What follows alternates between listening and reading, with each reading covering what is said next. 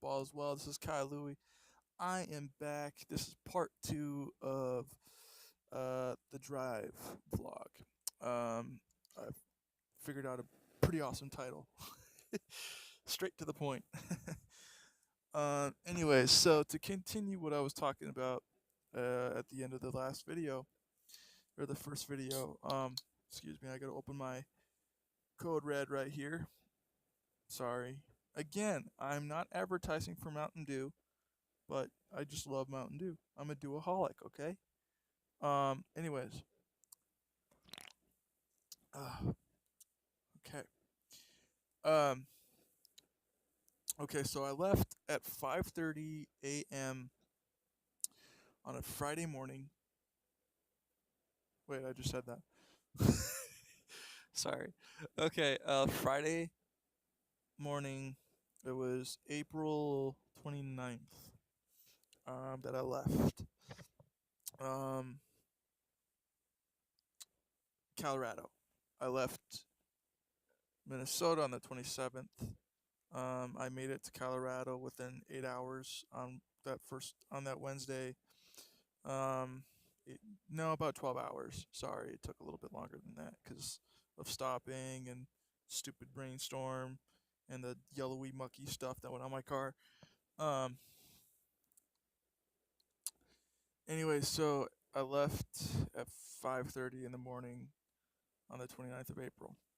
Um, there was some like I said in the last video, there were some mixed emotions because again, this was the first time that I officially moved out of my house from my parents or from my my my mom. Um, it was tough because um, you know I made sure that she was taken care of before I left. On an emotional standpoint because of losing my dad. Um, I just wanted to make sure that she was okay, that her spirits were up, and it was still hard for her because I'm her youngest. And she her baby was finally leaving the nest, I guess you would say, or some people say. Um, so I left at 5:30.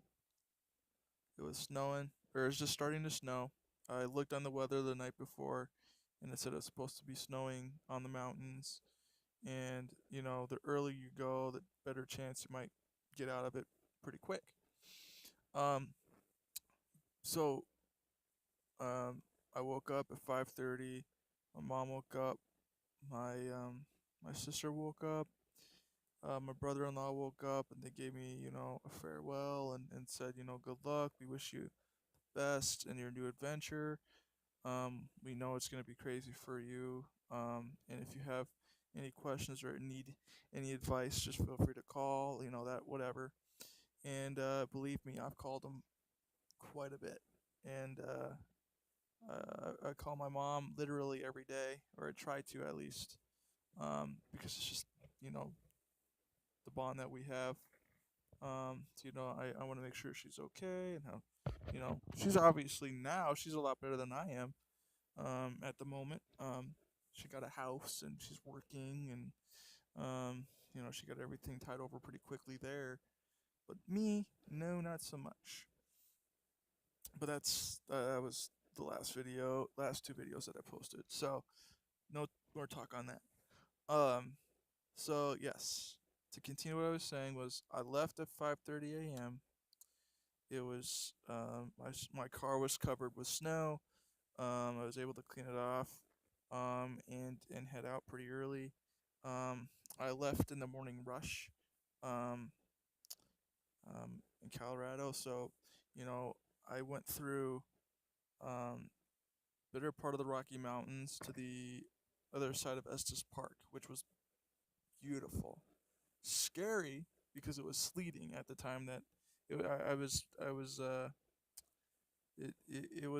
it took an hour to get through Estes Park, and that was the next gas station that I needed to stop at. Because through Utah there's a long stretch. The next gas station was 5 hours. So I was like, okay, I really gotta like, you know, fill this baby up. Take my time, not rush, not speed too much because it eats up your gas. Not use my cruise control too much because that eats up gas. And so I was just, on the better end of Estes Park. I made my way through the tunnel. I don't know if you guys have ever been to Colorado, but go. I mean, it's beautiful. I'm gonna take my girlfriend there in the next few months because I'm an uncle again. My sister just had a baby, their first child, um, and I'm super beyond excited. I can't wait to see her. I can't wait to see my sister and my brother-in-law again and my mom um, but when I was going down this tunnel type curvy road on the other side of Estes Park, it was very steep, very slick, and I wasn't going too fast, but it was I think 65 on the mountain. And so I was trying to keep up, but I was also trying to take it easy because, again, I didn't have the proper um, tire coverage, so I could climb that snow, or I could stick to or stay to that snow and not, slide all over. But then, as soon as I came out of that tunnel, it was kind of a curvy left, you know, um, pretty pretty sharp. And then my back of my tires kind of hydroplaned a little bit. Um, and I don't know if you guys ever have had that happen, but being fairly new at driving and everything, I was able to kind of remember what I studied. Um, so what I did was I kind of I slowed down on my brakes. I didn't slam on it because you're not supposed to slam on it. Um, you're supposed to.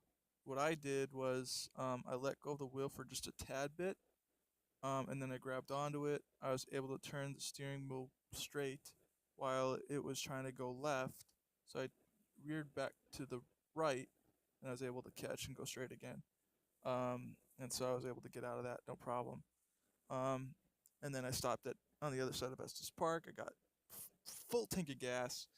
And then I started making my way to Utah. Now here's the thing. Uh, Again, I went from Minnesota with rainy, um, forecast weather, kind of sunny. Not, I mean, a little bit, half and half. Went to Iowa. Iowa was, pretty sunny uh, at the time. Nebraska, really weird rain happened. Um,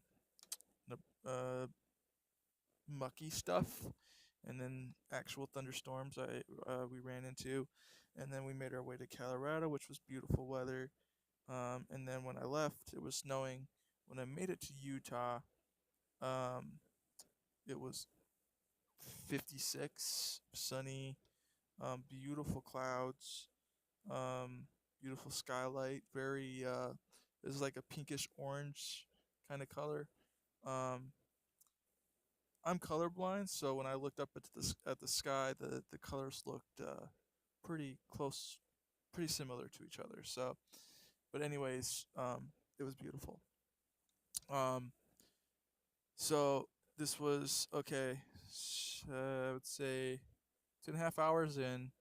I noticed my gas was getting a little low, to the halfway mark, and I was like, okay, I probably should start looking for a gas station, just to be safe. Um, it was I was trying not to eat up my gas too much. Again, like I said, I was not using so much of my cruise control, and I wasn't speeding as much.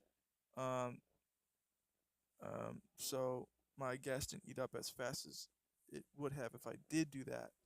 I was able to kind of save a little gas on that front. But then, so about 2.5 hours in, I was like, okay, GPS, I need to find the next gas station.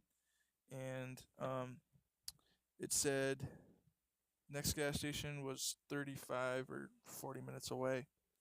So I was like, okay, that should be okay. No problem there.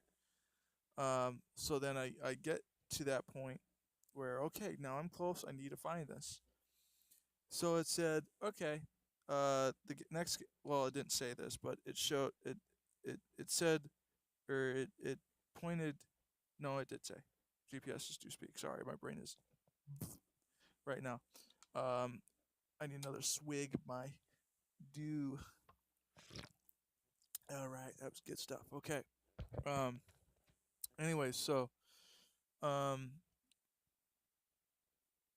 Now, okay, this was very, very, very, very, very, very scary for me because at this time my gas was getting low, like very low. Um, it was just under the halfway point, or the half meter, and then my cell phone was kind of draining because I was using the GPS more than anything, um, and so I tried to switch between the two during breaks and where I stopped, but it was really hard. And so what happened was my phone started to getting to get really low while I was trying to look for this gas station. This gas station said it was going to take me 14 miles off course. And I was like, okay, that's no problem. That's like 10 minutes away. So I was able to get off. Um, and then I went to that gas station. That gas station was not in service. I was like, okay, this is not looking good. Where's the next gas station? Another 15 to 18 miles further than that, was the next one. I was like, okay, I have to go. Like, there's no ands, buts, or about it because if I didn't, my car would have died, and I wouldn't have made it. And I don't know what my girlfriend was doing at this time. I know she was busy doing shit, you know. Um, and I was trying to communicate to her every state that I crossed. Um, and I told her that I was in Utah. I was making my way pretty close to Arizona. And she's like, okay, sounds good, blah blah blah. But then when I was 14 miles off course, didn't make it to that gas station, was looking for the next one. My phone was dying, trying to reach her. It was hard. It was very scary because she wasn't replying to me. I was like, okay, if my phone dies, if my car dies, I'm dead, clearly. And I was like, okay, I have to take a chance. I have to go 18 miles off course to find this gas station. Otherwise, I'm done.